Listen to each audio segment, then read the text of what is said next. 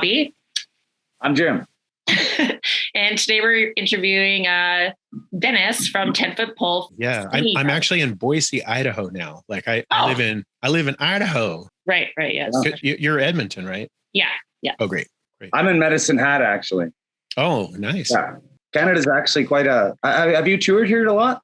Yeah. Well, especially in the 90s. 90s, did a lot. We went through with Gob on one tour, No Use for a Name on one tour, High Standard. You've been at this. I was really surprised when I started checking into you, how long you've been at music. Like generally, I just won't give up. I just won't get a clue. Some people learn their lessons, but it's a thin line between like, are you going to succeed from persistence? Or is it like that thing with insanity? Like insanity is just doing the same thing over and over again. So I'm still trying. I'm planning on being there in a few months. Nice. I'm booking a home party acoustic tour. Really? Like basically a DIY house party kind of situation. If it's just me and it's low budget, I can go up there pretty cheap. I'm just trying to find hosts, people who are willing to basically we're in for sure. Nice. For sure. Medicine Hat as well. Well, there's a bunch of stuff on 10footpole.com where you can basically send an email, and I'm building up a huge list of hosts and then trying to figure out the routing, because one of my goals is to not have to drive very far. One thing I hate about touring is 15-hour drives. Yeah. I just sing and play guitar with acoustic, and I also tell stories. So if you don't mind, I'm trying to become like Henry Rollins meets Johnny Cash.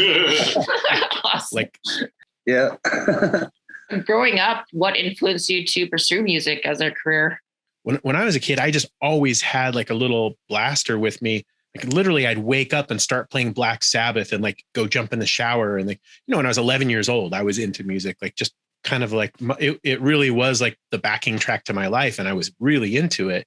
And especially with DIY music, punk stuff, and in my teen years. And so when it came time to just kind of get on stage and be a ham and like get the attention and write songs, I just haven't quit. Well, for better or worse. It's been a few decades. Like it was called Scared Straight in the 80s. Yeah. So it's been a long time, and I've done other things with my life. I'm also a sound engineer, and have even worked with artists as big as Prince. Cool. Crazy. Yeah, that was a crazy time in my life. For about a year and a half, I was Prince's sound engineer. Like, didn't you put 10 Foot Pole on a hiatus? And it was like 2006 or something, just so that you could do Prince shows? Because in 2006, the last 10 Foot Pole gig that I had was in Japan. And basically when I first got the Prince gig, I said, I'm totally available except for this like 3-week time frame where I'm totally committed to go to Japan. And of course, right before I left, I get this call. It's like, Prince really wants you to stay. And he's asking if you can, he just booked these shows, and like, he's asking if there's any way you can just stay and mix the shows. And I cut the tour down, but I couldn't say, I couldn't cancel like Japan, like Tokyo and stuff. So I said no. And it was scary because working for Prince is like that's like the holy grail of being a sound engineer. And here I am going like, yeah, sorry, but I need to go and play with my punk rock band. Never thought I'd hurt someone. Now I see you watching your gun. You're playing for keeps, and there's no place left to run. I had to make a choice, I made it. If I had another chance, I'd take it. I've got to find a way to make a getaway.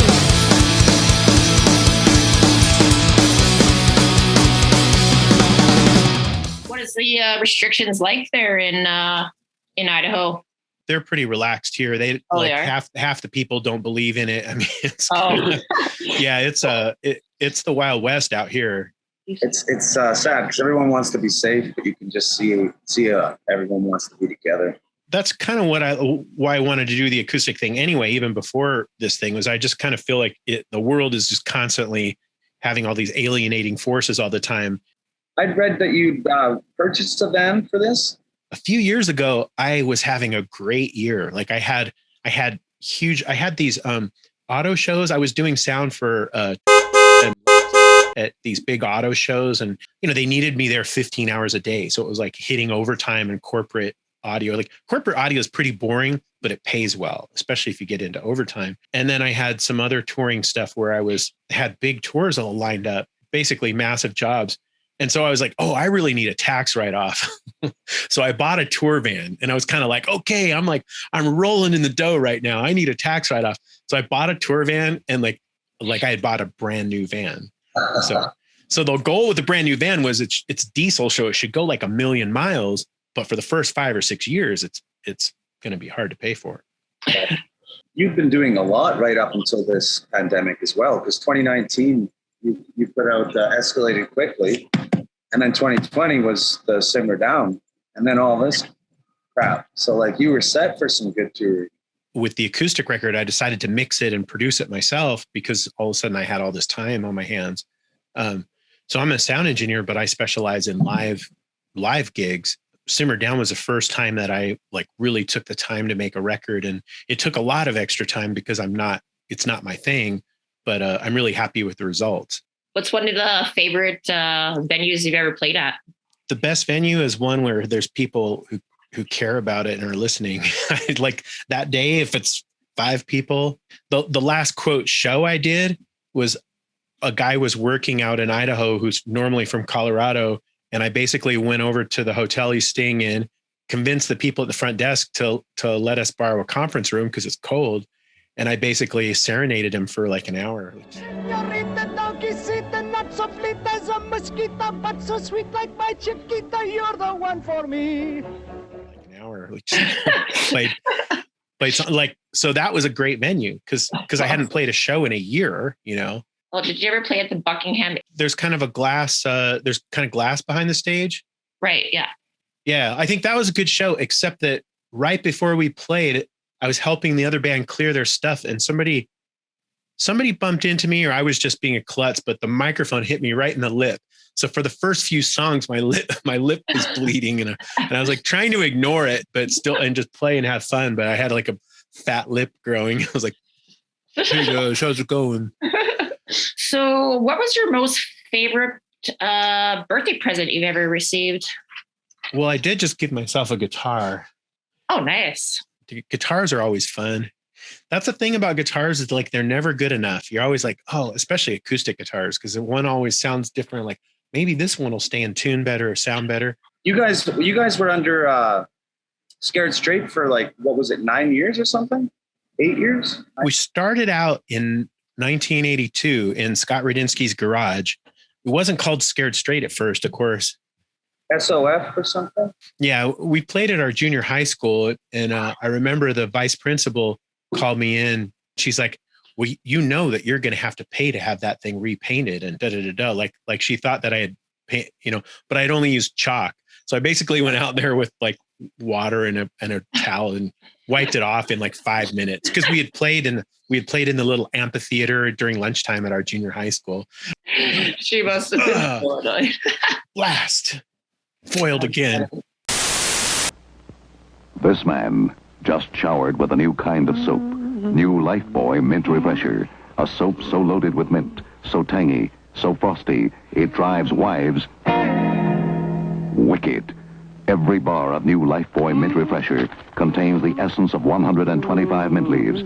Soap has never smelled this good before, and neither have you. New Lifebuoy Mint Refresher drives wives wicked. What made you guys decide to go from Scared Straight to 10-Foot Pole for a name? Oh, Fat Mike actually advised us. He was like, people think you're a straight edge band. You probably ought to change your name. And we weren't. I mean, I think most kids at age 12 or 13 live a pretty, clean cut life, at least in my world. We weren't intentionally straight edge, but we were just kind of like, just kind of average and not very cool. And then as we got older, it was kind of like, we clearly weren't straight edge. And so it just seemed like a good idea to change the name. We were going on tour to Europe, and we had already printed up a whole bunch of the Swill records called Scared Straight. And we kind of crossed it out and wrote 10-Foot Pole over that. And that was so that was 93. Well, you put Swill out yourselves, right? Yeah, we tried to get Fat Mike or Epitaph to do it, and Fat Mike said, he said, there's like 4 really good songs on here, and the rest of the album I wouldn't want on Fat. So if you guys want to do an EP, we could do an EP on Fat. And at the time, we're like, oh, we just made this whole album and we're proud of it. So, we don't want to do that. And then a few months later, Brett from Epitaph called up and said, hey, do you want to put that on Epitaph? And by then we had actually agreed with Fat Mike. We'd kind of gotten over ourselves. And so we basically asked Brett if it was possible to just start, like, make a whole new record. And he said, yeah. And then that's what ended up being Rev. Right on. Which I'm glad we did. Like, so Mike was right. I think Swill was cool for what it was, but it wasn't as exciting or interesting to me as Rev ended up being. That had to be kind of a crazy time too, because wasn't it just the next year that Scott had to quit the band for baseball? No, well, he didn't have to quit the band. You can't really hold it against him. Great career. LA Dodgers, I believe, a relief pitcher. He was on Chicago White Sox. Oh yeah, I mean, it's just amazing. He was a how should we put it? He was a mediocre high school student, but he was a great baseball pitcher. How on earth did you hook up with Weird Al Yankovic? That is the most interesting mix of 2 people I think somebody mentioned it in some forum of sound engineers, and I think it was just cold. Like, I think I just responded to something. What's he like to know as a person? Like, I love Weird Al, but I mean, Al Yankovic? Got to be a serious guy somewhere in there. He's very particular, and also he has a cool biting sense of humor. The first time he was going to talk to me, he thought that the lighting guy was the sound engineer, and I kind of saw it going down, but we hadn't met officially yet, and it was after the first show, and he had heard a recording, and he had a whole bunch of notes. So he started talking to the lighting guy, and he goes, well, do you have time for some notes and stuff? And the guy goes, yeah. And he kind of looked at him, and he goes like, do you have a notepad, or were you just going to memorize all this? But like, he says it in a way that's like, kind of like, so you got a notepad, or are you just going to memorize all this? And luckily, like, I knew what was going on. I grabbed a notepad before he even said that. And like, literally right when he said that, and he said something that made me realize he was talking about audio. And I just, like, right after he said that, I interrupted and I go, hi, I'm Denny, the sound guy. So-and-so is actually the lighting person. And I'm ready to hear notes. And I showed him my notepad. I was ready to go. And then after the next show, he came back. He said, oh, you follow direction exceptionally well. Thank you. He said, everything I told you to do on the new show, you did it. So I only have about 40 or 50 new notes. It's interesting, like your experience with audio too, because I believe you were quite young when you got into that. I believe I read like 10, and then didn't you work for your dad's audio company? Actually, even before my dad's thing was my grandfather was a sound engineer too. So as we go deeper, so my grandfather lived in Richmond, California, and he was actually the president of the Stagehands Union, as well as the sound guy in the local Richmond auditorium, which was about a 3,000 seat venue. And all the local high schools would have their graduations there. My grandfather, like, at some point, they just put me behind the mixing board, and I just started mixing graduations. I was like 10 or 11 years old. I just enjoyed sound more. Like, my dad's company was kind of more like film and audio as a teenager. And then into my 20s, I kind of managed that company and got way more into the audio. Yeah, it's only natural that you would have started Scared Straight then, eh? Because you guys did a lot of backyard parties and stuff, I believe I read. Yeah, as a punk band in junior high, that was kind of the holy grail of our situation, was like, playing at a party where a bunch of people were drinking and slamming and,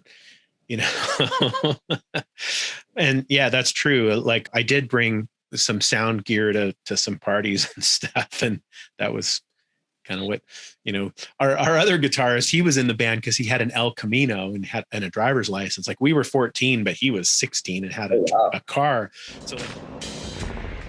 So like our first gigs, like in Hollywood, and, he drove us and could fit all the band gear. And like, he couldn't play guitar with shit or keep time, but he had El Camino. So that got him in the band. What are some of the most notable changes that you've witnessed over the years, and where do you see things going or hope to see happen with the whole scene? As much as I embrace digital technology for some stuff, like when I'm mixing sound, a lot of times I'm on a digital board or whatever. I also still play with a real tube amp, and like part of me is still like 1 foot in the analog world. And I kind of feel that way about shows too. Like I think that there may be people who love just sitting at home and watching a virtual show on their computer. And I think there's going to be some people that just need to go to a venue, like whether it's a bar or a theater. And I think I'm trying to do both. That's why I want to bring the acoustic gig to people's houses. I'm basically saying, hey, you don't have to hire a babysitter. You don't have to pay, you don't have to pay for parking. You don't have to pay for you don't have to have a designated driver. You don't have to pay high prices for booze, because you could go to Costco and get all everything you want. And plus, you don't have to be in a place where you're with a bunch of strangers, or you can basically party at your house. Your kids can be there. I'll try not to swear if there's you have to let me know if you don't want me to sing "Don't Be a Dick," because that's kind of so I have to figure out some kind of, like just the whole vibe of telling people, hey, be nice is what "Don't Be a Dick" is about. So Right. Yeah. Or sometimes I'll say this song's about a guy named Richard. I call him Dick for short. And so do you feel that the whole social media thing is being used to its full potential, or is it diluting things? I think we won't even know its full potential until stuff happens. Like some really gnarly bad stuff has happened because of social media, and also some great stuff has happened. Can you tell us your most embarrassing moment?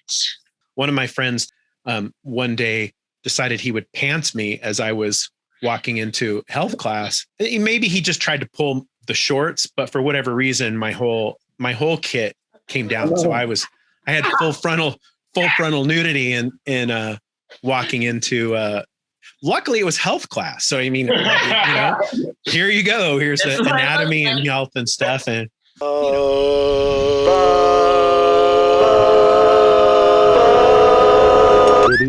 Emma's question gonna make you feel alright.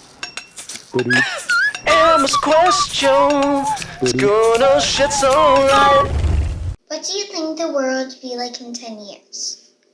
That's a really good question. And it's tricky because it seems like things change faster all the time. Like with technology and information, it's very hard to predict things because the rate of change is always going faster. I think that things will get worse, but then they'll probably get better.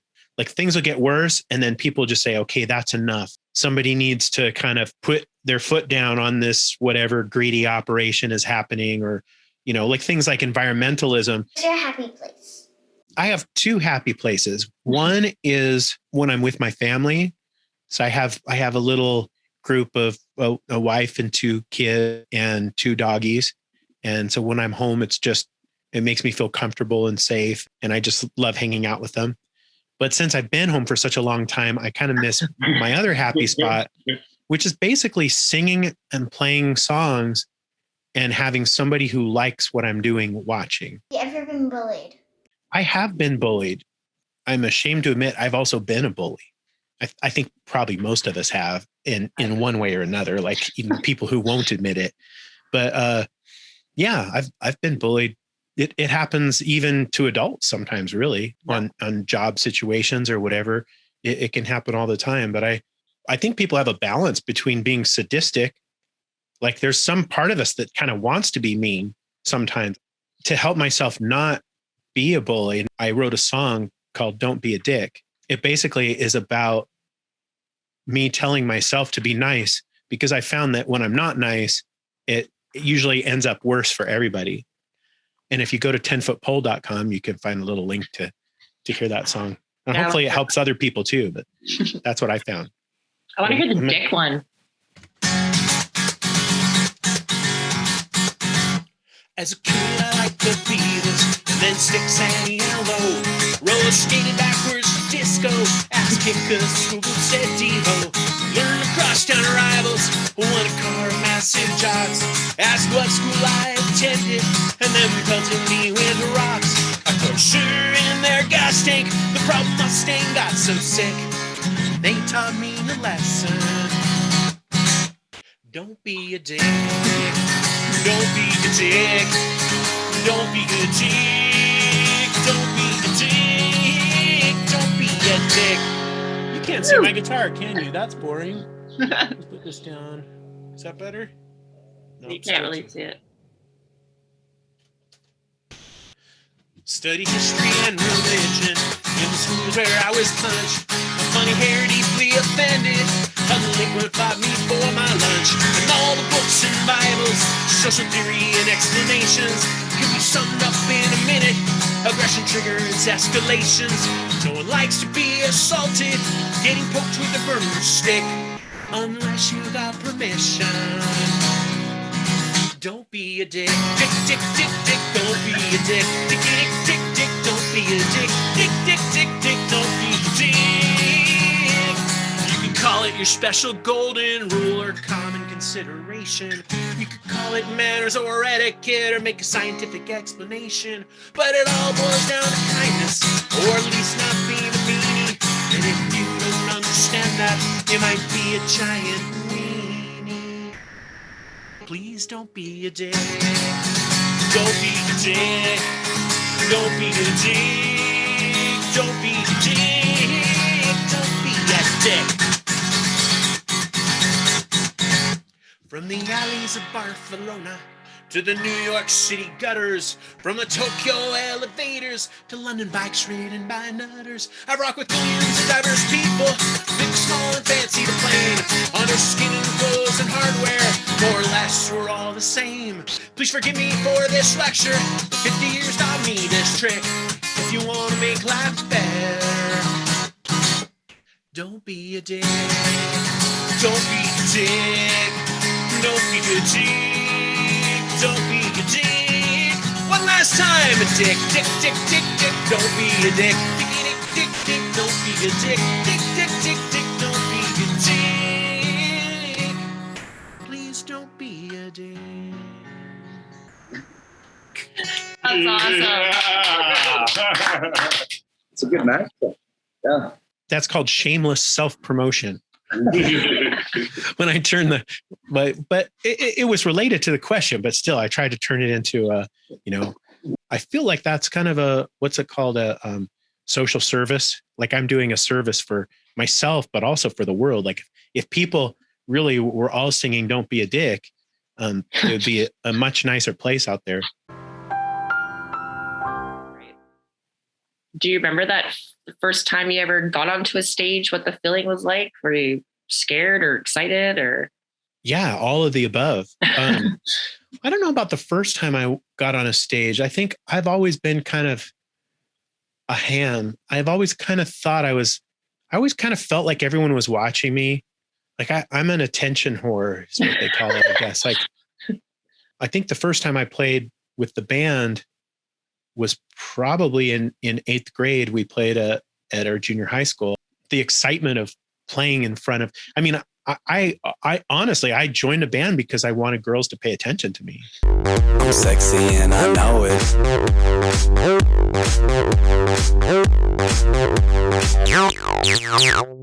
So Jim, you got anything over there? I'm going to ask what the future held, but we kind of discussed that with September and the backyard shows. And right now I'm working on a 10-foot pole rock record. So I'm trying to get it done before that tour starts, but I think there's 13 new songs or so that I'm trying to keep it, I don't want too many songs because a record's better if it's not diluted. Sure. Do you find when you're songwriting that you often start with an acoustic, like even when you go into? There was one song I think I wrote on acoustic first. Out of the 12 that are going to be on the album, I think 1 or 2 songs started on acoustic. What is one band or musician that you'd want to jam with, talk with, or hang out with? One musician. Mine would be the Spice Girls. Just kidding. Like all these different categories are going through my head. Like one is like bands that I like their philosophy, or bands that people that I like their politics or whatever. But I'm gonna say a goofy one. I'm gonna say Taylor Swift. I'd like to talk to Taylor Swift. Yeah, Taylor Swift, because one, I really like her songs, her melodies, and two, I think it's just interesting, somebody who's like kind of just done what she's done and being able to keep her career going, and three, because for fun and also financial reasons, it would be awesome to have a pop star that big who wanted me to be their engineer. Well, I'm pretty sure she watches our videos, so she'll see us. Yeah. Well, that's why I mentioned it. I mean, I would have said somebody else, but I was like, well, I'm sure Tay-Tay. I'm sure Tay-Tay watches this. Yeah, for sure. Patty Smith said, freedom is the right to write the wrong words. What would your definition of freedom be? I tie in freedom with security. Like if you feel secure financially, emotionally, like you're not worried about becoming homeless. You're not worried about your loved ones leaving you. You're not worried about, people rejecting you. At that point, you have real freedom. Great. No, that's a good answer. If time flies when you're having fun and a watched pot never boils, what happens when you're having fun watching water boil? These are pretty deep questions we got here. I don't even know how to respond to that. It just makes me think about tea. Like when you're talking about water boiling, it makes me feel like I got to go get a pot of tea going. When Canadian punk rock or Canadian musicians in general are brought up, what bands come to mind? Do you have any favorites and why? Well, I should mention SNFU. I just in Vancouver the last time around when the full band was there, we were graced by Mr. Chai Pig. Drew a drawing for me. Do I have it right here? No, I don't have it right with me, but he made a drawing for me, and he came up on stage during our show and kind of, we took a picture and got a hug and stuff. So what are some other hobbies or interests that you do other than music? I used to ride motorcycles a lot, but now that I live in Idaho, I hardly ever do, just because I don't have riding buddies or a place to go. In California, I used to ride street bikes to work and like get through traffic, and it was like, and sometimes the best part of my day would be just like zigzagging through crazy traffic, and that would be fun actually. Have you ever had like a horrible experience on stage or like a shitty venue that you played at? Kind of a law of averages where, for me, a bad show is usually just one where there like not enough people showed up. Right. That's another reason why I wanted to do the acoustic gig, is that if you're hosting a party, like once you pay for the guarantee and stuff, it's kind of up to you. And I don't have to worry about advertising it. It's really just up to you. Like maybe it's just your party and you're going to only invite your friends or your family, or maybe you're going to advertise and bring other people in, but it kind of relieves me of the, what if it was just me? What if it was just me and you? Would that be creepy? No, I play. Well, I mean, now that you said it that way and laughed, now it feels like it would be. But another thing I'm trying to do is get a list of people who give a shit, and then keep them all like in a huge database full of cities and stuff.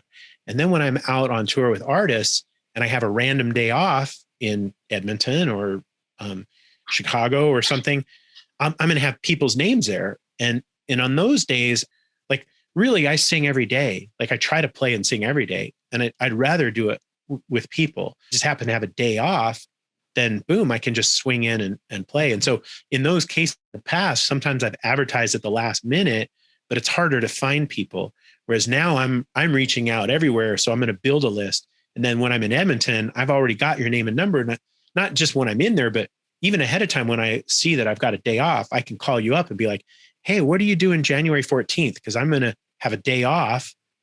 Would you like me to serenade you? How's my sound? Does it sound really good? Like, should I try to sing a song? And then if you want to use it, feel like it would be just a privilege for us. That would be great.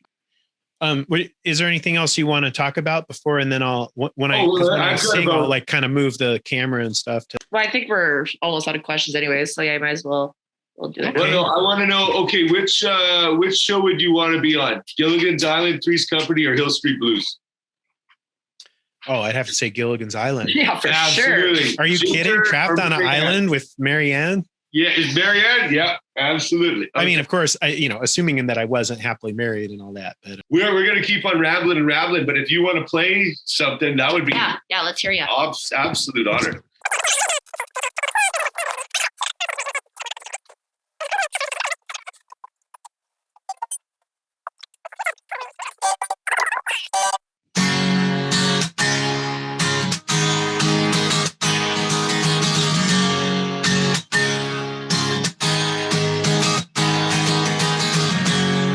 On a Tuesday, I was thinking about the rent and the money I spent on the groceries. Nothing new today, and the phone bill is due, and the job didn't come through. I decided to keep out of jail, so I'm looking for something to sell. My bikes are all gone, my guitars no one wants, though they cost me a lot yesterday. I'll probably regret it someday. I guess I regret it today. I know you're ready to move on beyond me, but maybe if I'm cool, there's hope for a sequel.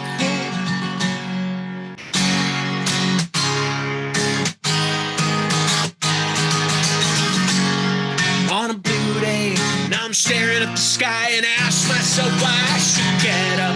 Missing you day, like so many before, looking forward to more. And I don't know if I can hold on, and I don't know if I can be strong, but I still do the dance just in case there's a chance, till I find something better to play.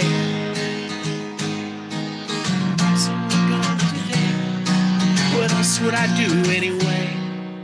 I know you're ready to move on without me, but maybe if I'm cool, there's hope for a sequel.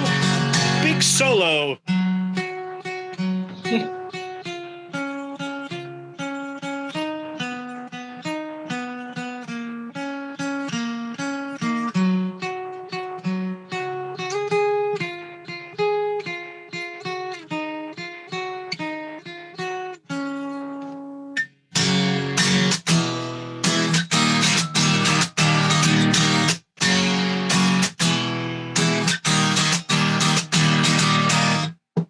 I know you're ready to move on beyond me, but maybe if I'm cool, there's hope for a sequel.